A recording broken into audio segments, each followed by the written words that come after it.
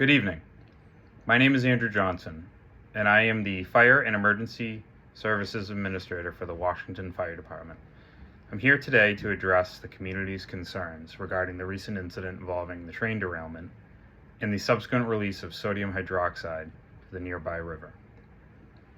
As many of you are already aware, a train experienced a derailment in the area of track uphill from the Washington River. This area is also in close proximity to the nursing home.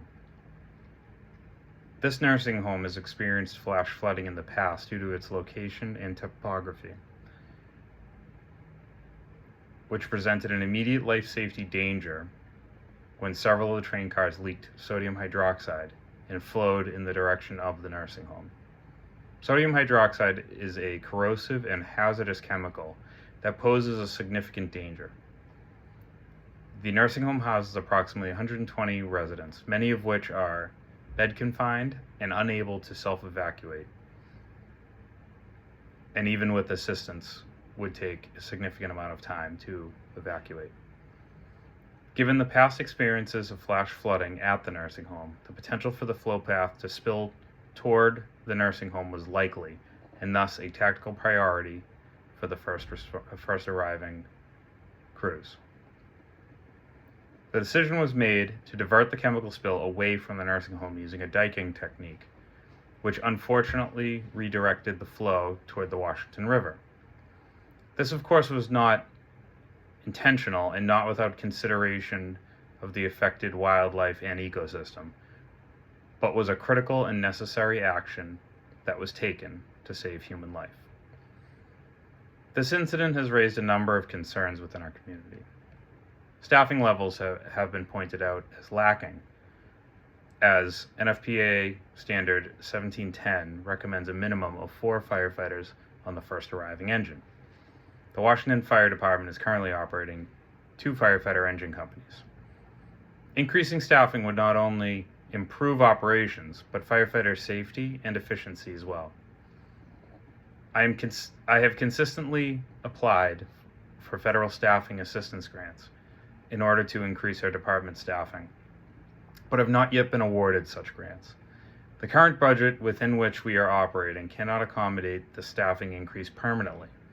Therefore, we have been working with the approved funding and operating as efficiently as possible while continuing to apply for the staffing grants.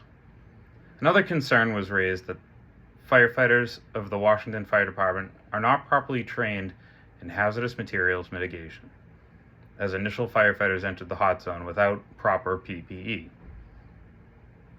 As the Fire and Emergency Services Administrator, this concerns me greatly.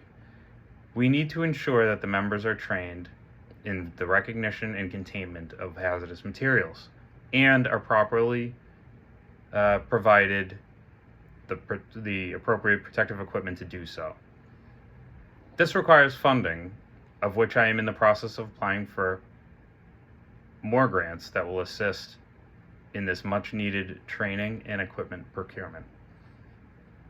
In my capacity as department administrator, I want to ensure that elected officials and the public have full transparency in departmental objectives, operations, needs, and incidents of public interest. I intend on providing current information on the department's website going forward, as well as a dispatch ticker that can display calls dispatched as they occur. The firefighters that arrived on scene to this incident recognized the risks and positioned themselves in harm's way in an effort to save others.